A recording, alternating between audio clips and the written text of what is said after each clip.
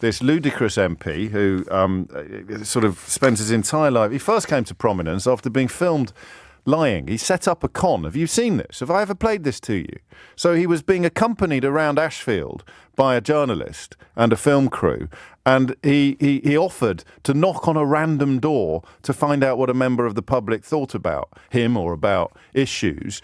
Conservative Party, how you doing? I recognise you. It's Steve, isn't it? Yeah, I recognise you.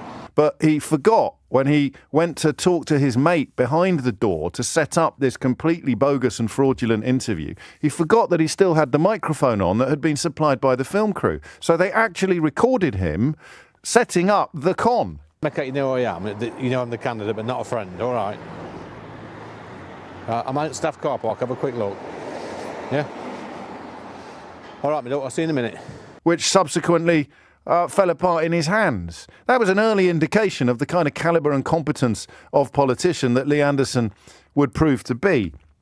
So he was in the news a bit yesterday for sticking his oar in to the, people using food banks are all swinging the lead or not managing their money properly. And in order to prove this point, he elected, I'm going to take this story from the Daily Mail, because the Daily Mail is normally so far up the fundament of Conservative politicians that they wouldn't be able to tell you whether it was night or day. And what he did yesterday was release a photograph of a young female colleague, a parliamentary staffer. He has the 7th highest turnover of staff in the House of Commons on this. I don't know how interesting you find that, but there are quite a lot of MPs. To have the 7th highest turnover of staff is very interesting.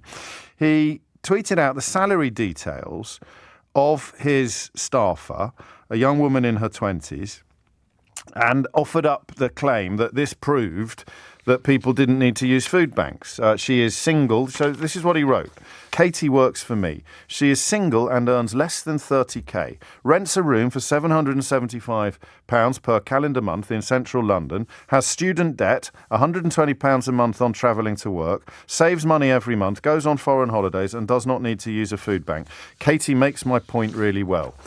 I mean, she doesn't, is the first point to make. We spoke to Karen yesterday, whose husband was killed in a motorcycle accident 4 years ago. They have 4 children. They were doing fine before he died. Now they are struggling. So quite what the existence of a single woman living in a rented room in London has to say about the experiences of a nurse and mother of 4, a widowed mother of 4 who is also a nurse, is beyond me, but it's not beyond 30p Lee, because he adds, Katie makes my point really well. I don't know that anyone would be able to work out precisely what his point is, beyond the idea that anybody using food banks is either lying or behaving fecklessly. But what he did to this young woman, by using her essentially as a human shield, is that he turned the spotlight onto her.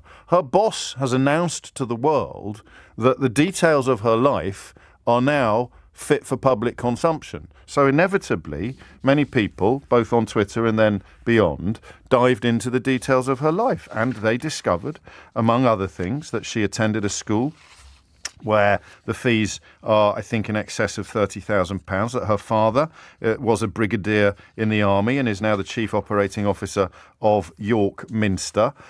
He was recently the director of operations for all army recruiting and initial training. He received a CBE. I can tell you what her mother does for a living. She's the chief executive of a charity in Yorkshire. I'm getting all of this from the Daily Mail, lest you want to lie to yourself and claim that it's some sort of lefty conspiracy. And of course, a school where tuition starts at £11,300 per term suggests that this young woman, this, to my mind, blameless young woman, is not really a poster girl for living on a pittance. So that has rather blown up in his face, as you would perhaps expect.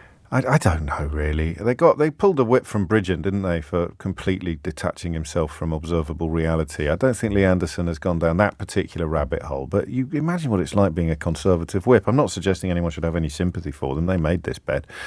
But how do you deal with a backbench MP who's doxing his own staff, insulting everybody who uses a food bank, offending every nurse in the country, and then challenging members of the public to boxing matches?